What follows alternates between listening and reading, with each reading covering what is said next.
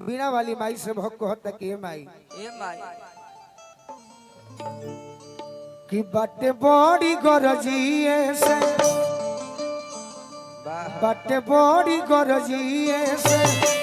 अरजी लगावे अब हो मतारी तो बेटवा बोलाए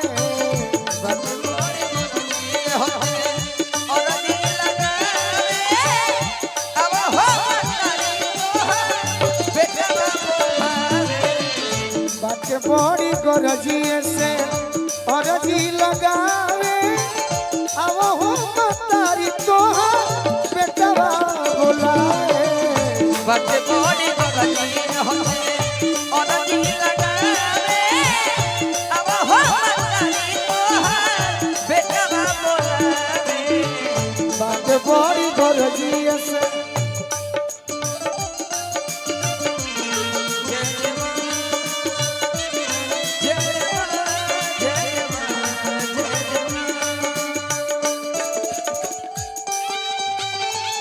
क्या बात है श्रीकांत भैया श्रीकांत भैया रो रहे हैं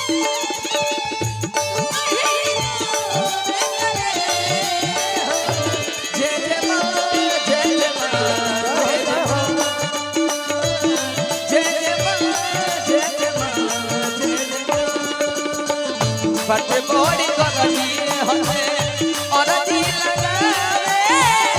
अब हो मतारी तोहार बेटवा बोलावे बाटे बड़ी गरजिए कहता कि माई का हो गोपालगंज के धरती हां हां सिवान छपरा के धरती हमरा के बड़ी प्रेम दुलार दिले बा सही बात ए प्रेम के बना के रखबू तो हमरा बड़ी गीत संगीत गावे में मन लागी सही बात अब भोजपुरी समाज पे आगे बढ़ाई संगे संगे अपनो समाज के नाम आगे बढ़ावे के बा हां जी हमरा अनुज भैया के भी स्वागत करो छूटल किनार तले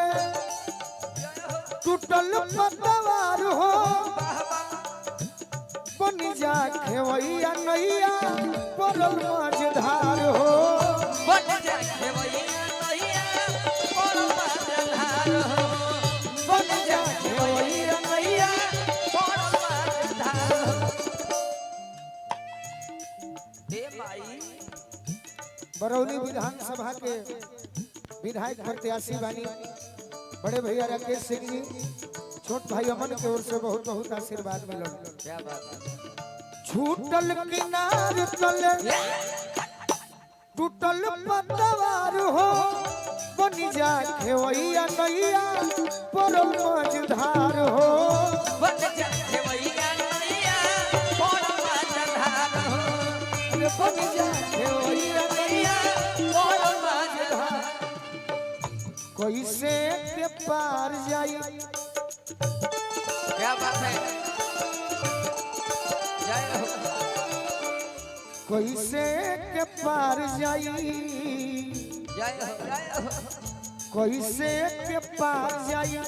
पवरे नयावे अब हो मतारी तोहा बेटवा बोलावे कैसे के मार जाई पवने नयावे अब हो मतारी तोहार बेटवा हमरा सुनील भैया हमरा गीत संगीत के प्रेमी बानी हां जी प्रेमी तो हमार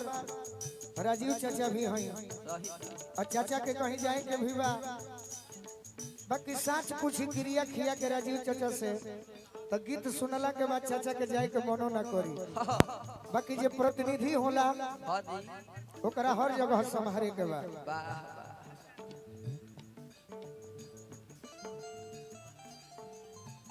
सुनील भैया के बाद हमरा राजीव चाचा की ओर से आशीर्वाद आइल बा कि दोसर के हुले के नुआइल बा चाचा अपना हाथे आके कुछ देव तो हमरा बुझाई कि चाचा हमरा के मानिला अभी तक केहू कलाकार वैसन भी नहीं खे जो वीडियो चढ़ जाए तो वायरल हो जाए हां जी तो चाचा से विनती करो कि अपना हाथे आके बेटा अगर मानिला भतीजा मानिला तो अपना हाथे आके आशीर्वाद दे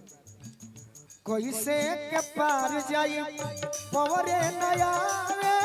वाह अब हो मतारी तोहर बेटवा बोलावे कैसे के मान जाई पवने नया रे अब हो तारी तोहार बेटवा बोलावे कैसे कमाल जाई पवरे नयावे अब हो मतारी तोहर बेटवा बोलावे कैसे के मान जाई पवने नया रे अब हो तारी तोहार बेटवा बोलावे कैसे भाई राकेश तिवारी जी और डॉक्टर साहब के तिवारी जी की ओर से गोपालगंज यही में ले ले बहुत बहुत आशीर्वाद देनी अनुज भैया धीरे धीरे बरौली विधानसभा के विधायक प्रत्याशी 2100 रुपया का आशीर्वाद दिले बनी हमारे दुलरुआ भैया राकेश सिंह जी बरौली विधानसभा के विधायक प्रत्याशी हमारे दुलरुआ भैया जिगर के टुकड़ा अनुज भैया की ओर से क्या बात है जी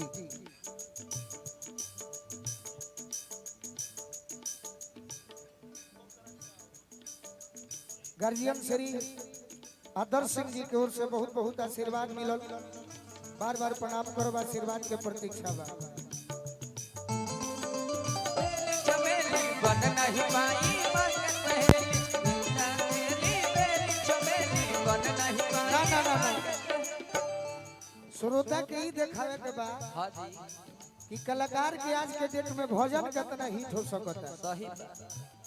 और गीत तो होइए जाई हिट हाँ जी जे भी कलाकार गाई हाँ जी लेकिन भजन कितना हिट हो सकता